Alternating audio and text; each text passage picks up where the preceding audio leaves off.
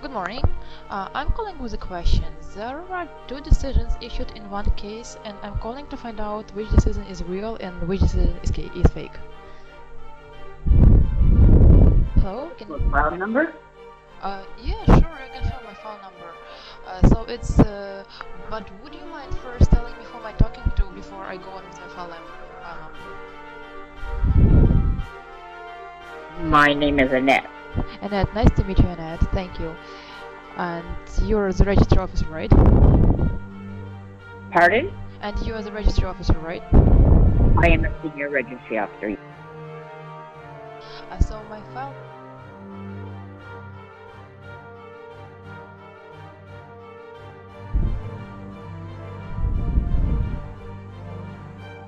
T? T, yes. And what were the three numbers?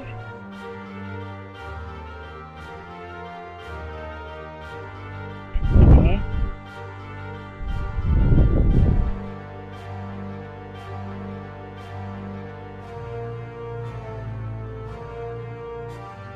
Yeah, that is correct. That's me.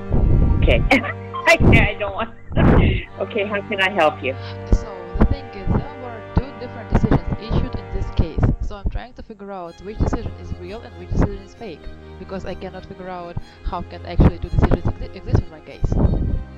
So basically, there is the decision of Justice Norris that was filed with the memorandum into the docket, and now I receive a message in the docket that there is a decision of certain Justice Norris sent to my email, to my address.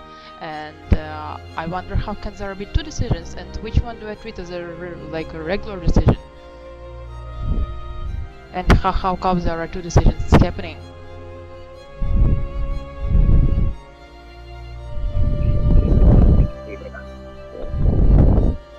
I mean, if there is one decision and it gets quashed, there shall be certain procedure, right? That if someone is applying for a new decision, I shall be notified, don't I? I mean, I should be made aware of what is going on in my case. Of the decision you're talking about? Well, as far as I understand from the docket entries, I'm talking about the final decision in a case. And there is an entry that there is a decision of Justice Norris, judgment and reasons of Justice Norris. The registry officer, Jonathan McKenna, he filed a memorandum, and in this memorandum it said that there is a final decision in a case of Justice Norris. And now I'm receiving messages that I'm being sent a decision of Justice Diner. And I mean, are there two decisions? Yeah, I see that Justice Diner issued a judgment. Oh well. Judgment and reasons on the 4th of February. Oh well, I did get a message. I did see an entry with the memorandum saying that there was Justice Norris. And the memorandum to file dated the 12th of February says... Well, you can check the emails. I've sent you a couple of times my emails asking about... Because I see the memorandum to file from Jonathan Messina, the 12th of February says, I have made numerous attempts to contact the plaintiff in order for them to acknowledge receipt of Justice Diner's judgment and reasons dated the 4th of February 2021. Well, I'm looking at the docket entry dated February 12th, and it says that I have made numerous attempts to contact the plaintiff in order to acknowledge them receipt of Justice Norris judgment and reasons. If you have it differently, do you have two different entries? Do you show different entries to the plaintiffs and to your... I'm showing that it says Justice Diner. Well, I do have a print screen, and I've sent it to the registry, on the and it 12th, says Justice there's Norris. another entry saying the plaintiff certifies that she had never received a decision of Justice Norris. Well, yeah, I never received a decision of Justice Norris that was issued in my case because no one ever showed it to me. I had to go by myself and ask the plaintiff to send it to me. And I mean, that's not really the right thing to do, but okay, it happens, okay. But now there is another decision of Justice Diner. I mean, how come this is happening? I don't see anything by Justice Norris. I only see the one from Justice Diner. Well, I do see, and I have a print screen with the date on it, and I've sent it to you.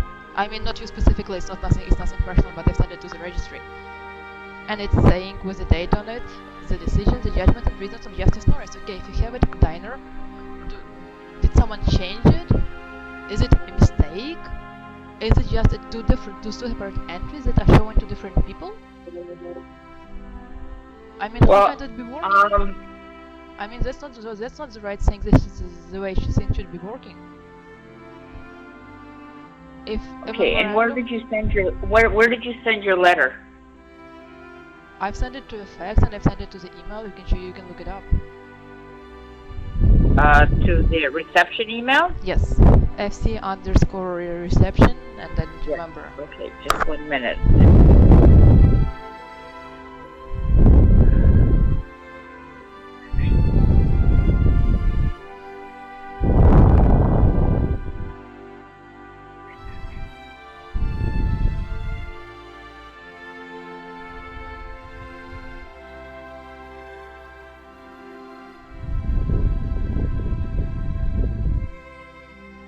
The letters that are coming from my name where I'm asking for this decision, and they always have an attachment, and there is a copy of the dockets, all the entries, and there is a copy saying that there is a Justice Norris judgment and reasons dated February 4th.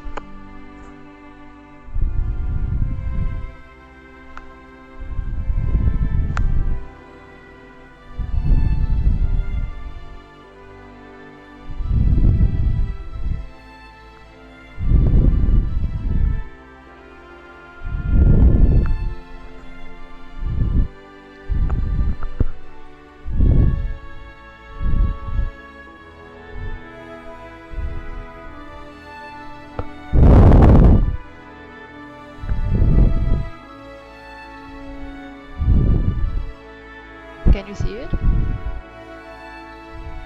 Yes, I see that, and I don't know where that's coming from because when I go into our database, I'm not seeing that entry at all.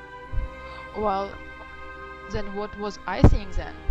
How come I can go online and see something different that is not on the system? I really don't know, ma'am, because like I read, I see it says a memorandum, and it's referring to Justice Diner's decision of the 4th of February. I don't see. And if I go into the docket, I see this record with saying Justice Norris judgment and reason, and I'm sharing with you. I mean, it's not something I make up. You can see the very clear written plain English saying Justice Norris, and it's all the official document. It's printed like on the same day when the memorandum was made. You can see the date on the top. I see where it says the plaintiff certified. I see that on the 12th, but I don't see a memorandum to file from Jonathan Messina on the 12th.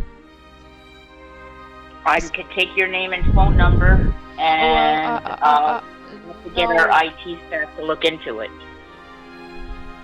You want your IT department to look into it? Well, to see if there's something that happened in the background, because what I'm seeing on my screen, I don't see anything where there's a memorandum to file referencing Justice Norris. Is this a case that memorandums are just disappearing from the system? I mean, does it often happen? I mean, is this... I so I don't know. We've been having difficulties with our system lately, but I'm not sure. I'd have to make a ticket to get them to look at it. Yeah, I'd be glad to know, but I mean, do I really have to call each time to get it looked into? It's been like 2 weeks since I've been writing, asking to get the decisions that I'm entitled to. The defendant is sending me the decision. I have to get it through the other party, and there is no one in the registry reacting. I mean, is this okay? You didn't get the decision from Justice Diner. I did not get anything. I just got complete ignoring. And you're saying me that there is no Justice Norris. Okay, there is no Justice Norris decision, there is no entry, there is no nothing. And what do I keep getting? I mean, this is not okay. I mean, you file some documents and then they disappear from the system. And you file a document of Alexandra Wojciechowski. There is an affidavit filed with her, and like, I mean, whole of the Toronto and whole of the Ottawa knows that that's a poor lawyer. That's a girl who got killed like 10 years ago, and you filed an affidavit signed by her name. Come on, is this okay? And you keep calling me he or she or whatever else because you don't know who are you actually issuing a decision. Is it Justice Norris decision for a he, for a male, and Justice Diner for a she, for a female? Do you keep like two separate entries for separate people? And then this girl under whose name, this poor girl, you file the affidavit on her name. Is this to threaten me or what? I mean, it's too many coincidences. It's too many things. Says that on the 10th of March,